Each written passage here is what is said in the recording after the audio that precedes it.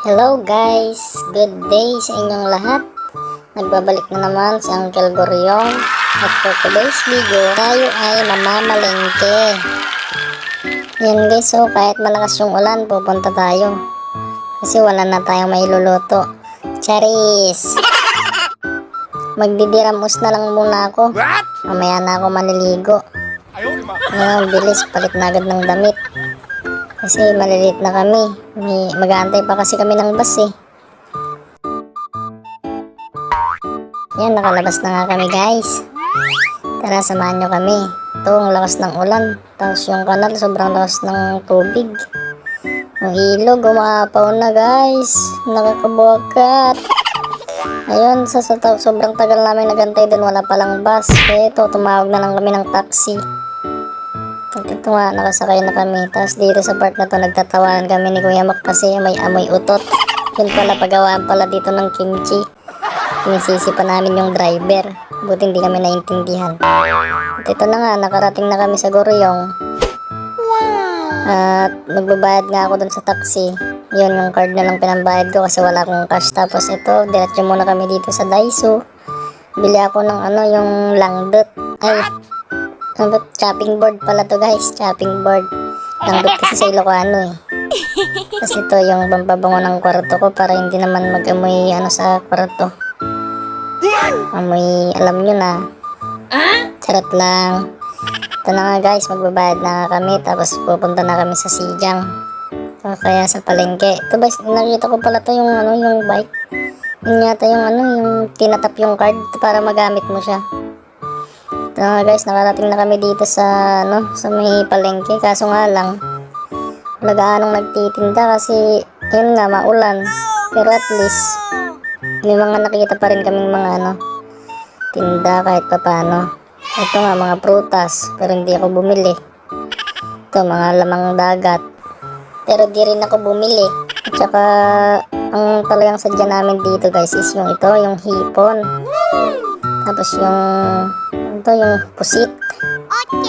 Ayan, sabi ng kandyan ng nagtitinda, bili na kayo pusit. Ito, dalawa, 8,000. Ito naman tatlo, 10,000. Yung binili ni Kuya Mac, yung tatlo, 10,000. Tapos bumili rin siya ng yung hipon. Tapos binigyan kami ng dalawang cherry. Yan, tinikman ko siya. Sharep. Tapos ito, binalot na. Tapos bumili rin si Kuya Mac ng yung maliit na puno. Si Broly, yung kalaban ni Goku.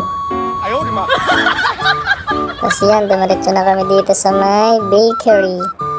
Bili kami ng tinapay, ang tawid gutom. Yung merienda ba, ito binili ko yung tagpo 4,000. Tapos dumiretso na kami dito sa Mart. Yan, bumili ako ng mga kailangan sa kusina. Tulad nito, luya. Wala na akong luya. Tapos may nakita akong mais guys. Ito naalala ko kasi may tanim pala akong ampalaya. Sarap tong isaog sa dahon ng ampalaya. Tapos ito, pipino, para healthy. Yan, tapos pumili ako ng mantika, canola oil. Tapos nakita ko, mas mura yung corn oil. Kaya binalik ko yung canola oil. Tapos ito, mga delata. Kailangan din natin to kasi pag tinatamad kang magluto, at least may delata, magbukas ka na lang. Ito na lang mas mura. Tapos kumuha rin ako ng dingdong. Kakamiss kasi kumain ng mga ganyan eh. Tapos ito, bitchin. Kung bitchin mo sa kainuman mo, joke lang. Saka ito, galunggong. Pinili ko yun nasa loob kasi mas marami yung laman eh. 6 yata to yung naunang kinuha. 2 lang. Tapos ito, mga merienda, mga juice. Tara natin yan. Siyempre, hindi mawawala yan. Yung alak. Tapos bigla ko nakita guys, may Pocari Sweat pala dito. Naka-sale din siya, mas mura. Kaya binalik ko na lang kung una kong kinuha. Yung apple tsaka peach yata yung flavor niya. Tapos kumuha rin dito ako ng yung mga tinapay. Yan ang mga binili guys. Babayaran ko na at lalabas na kami. Ito na. Tumawag na si Kuya Mac dyan ng taxi. Nag-aantay na kami dyan. Sabi ng taxi driver, daw, mga 10 minutes daw. Ayan, nagantay kami dyan. Ayun, sa wakas, dumating din after 10 years. Dumating din siya.